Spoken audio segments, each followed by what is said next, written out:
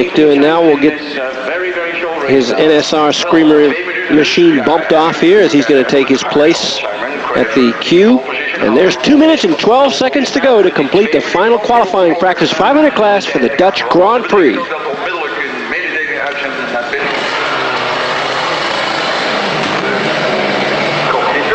The session will start in 10 seconds time by my reckoning. The time is ticking down. Look at it. It's going to be mad stuff. Randy Momola, you're down in pit lane. Yeah, you know what's quite funny is I know Michael Doohan's guys had the stopwatch just like you guys did. Here we go. Michael Doohan tried to get a run at everything to get on, and I bet you he's going to be first in a matter of a few corners because he was just trying to get out the He's got quite a few guys to pass. This looks like a sprint race. And Arbe's got the whole shot. But he's okay, now, folks, this is not the Dutch Grand Prix. This is final practice. The time to beat is you've got to get across the start-finish line before the clock goes to 0. There is Michael Doohan. He's coming up past Alex Crivier. It's a practice for the riders. It's a practice for us for race day. Arbe's got the lead at the moment. He's going out the back. That's McCoy.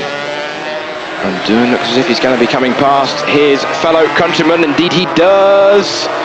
And now Doohan is up in the second place, but surely the maestro of a motorcycle is going to be able to get another lap in. But it's still, I remind you, I feel it's going to be very, very touch and go, even if they can beat their times, even if they can get round this lap. I think they should be able to get around. They should be able to get around to start-finish line before the 2:12 comes up.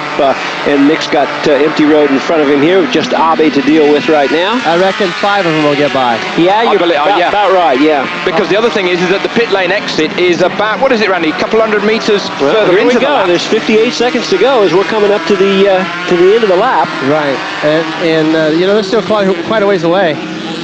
It's going to be close touch and go. Doohan's gone past the inside to take the lead from Abe, at least among these two. Is there still another guy in front of him? No.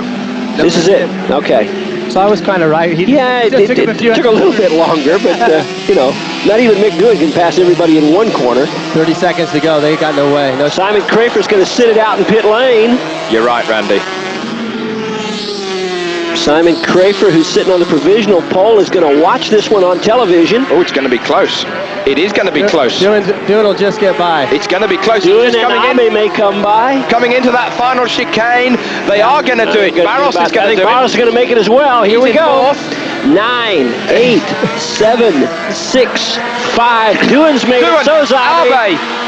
Barros as well. Max. Yep. Max as well. McCoy just. So Checker doesn't make, I think that was Kozinski or Checker that didn't make it. So okay, so Mick Doohan now going for the pole. With Abe in close pursuit. With Abe in a very good place, and the time to beat is a 2:02.491. Simon Crafer watching this, a very interested spectator from pit lane. Will Honda's string of 25 consecutive poles continue, or will Yamaha finally get on the pole? Watching this one from pit lane. Max Biaggi on a wide line back there. Simon Crafer watching the screen. I've never seen anything like this in Grand Prix racing. The first intermediate split is at 52.7 seconds. That is held by Simon Crafer. Doohan is coming up to that split in a moment. There you have it on screen. He's just coming back behind the race. Yes. Okay, Doohan up by 1/10 of a second. I don't believe it. How hard is it to get a pole in this league? Not when Mike Doohan's out there. Now he's coming up to the next split of 3-4, and he's up again. Oh my goodness me. Simon Crafer says, what does he have to do, and what do Yamaha have to do? Okay, Doohan is now up by almost 0.3 of a second as he's into the third segment now. This is one of the most amazing laps I have ever seen in my life. However, Max Biaggi is up as well, and so is Norik Abe, but it's Doohan who's got more of an advantage over Simon Crafer's split at that second intermediate point. Now Doohan is coming round the second gear series of right-handers through here at 90 miles an hour. He's coming into the last third of a lap.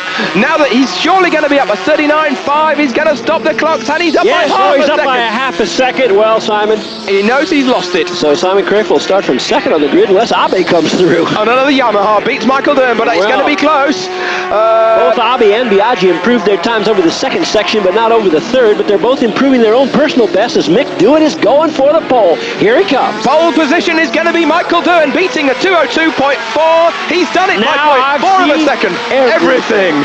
You're absolutely right.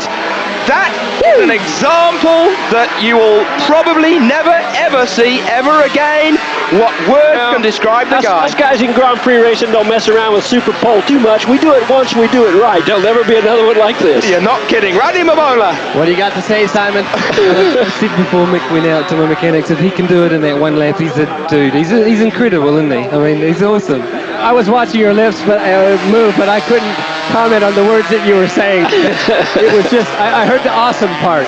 Let's just say the awesome part. No, I think I've got to go down and shake his hand. He's a dude, and he's unreal. Like, really good.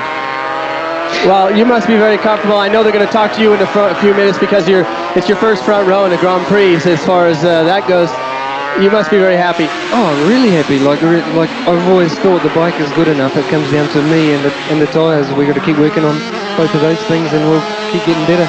And the tyres are a big improvement. Yeah, especially since the beginning of the season. They're like step by step coming better and better.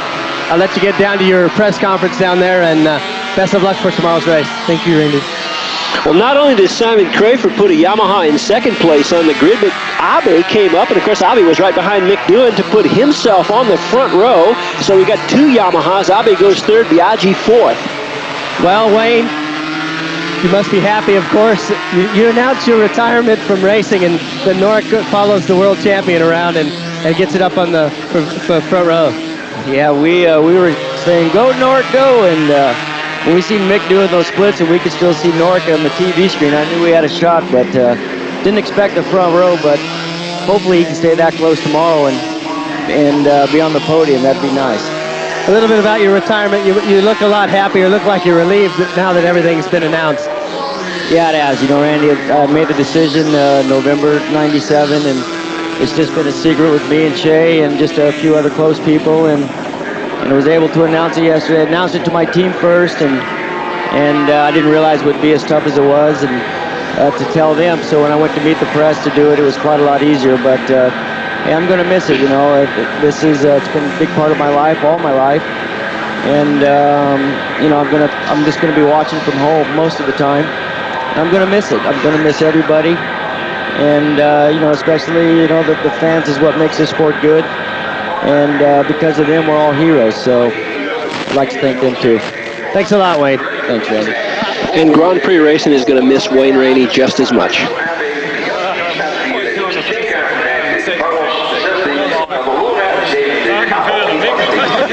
Well, Michael Doohan receives the congratulations from so many people in pit lane.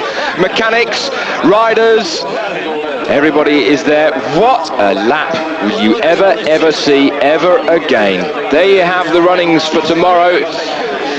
125, 250s, 500s. I remind you, 500s, the race will be starting at 2 o'clock Central European time, but it's today's action that we will remember from Assen so far. Michael Doohan takes the pole position by essentially 0.4 of a second ahead of Simon Crafer, Abe and Max Biaggi. And that was enough to set a new absolute track record, 2:02.092. And in one do-or-die lap as well. Dear oh dear. Dear oh dear oh dear. And he knew it, and you don't often see Michael Doohan exultant on a motorcycle, but he knew he had done the pole position there. He knew he's pulverizing people already. It was like a win, but like a win in the last day of practice for Mick Doohan. Then here we are with Mick Doohan after this, I think, outstanding exhibition in the last lap. What were you thinking when you went out there? You know, thinking to better my time. We didn't really have a lot of tyres to choose from. We were pretty much on our last set of tyres when it was red flag. So we just put some tyres in, and I knew that generally my first lap is often my quickest, so I knew that if I could get a clean run on the first lap, get my tyres up to speed, that I could probably put in a good time. And you know, when I had to fight for a few guys to get to the lead so that I could at least have a clear lap, and then I really didn't know, because we haven't got a monitor on what tells us how quick we're going in each section. I only got one on the start finish. It felt pretty good, and when I come across and seen 2-0, I was just hoping sometimes there's a misreading. I was just hoping it wasn't, but I was pretty happy anyway. Okay, thank you, congratulations. Thank you.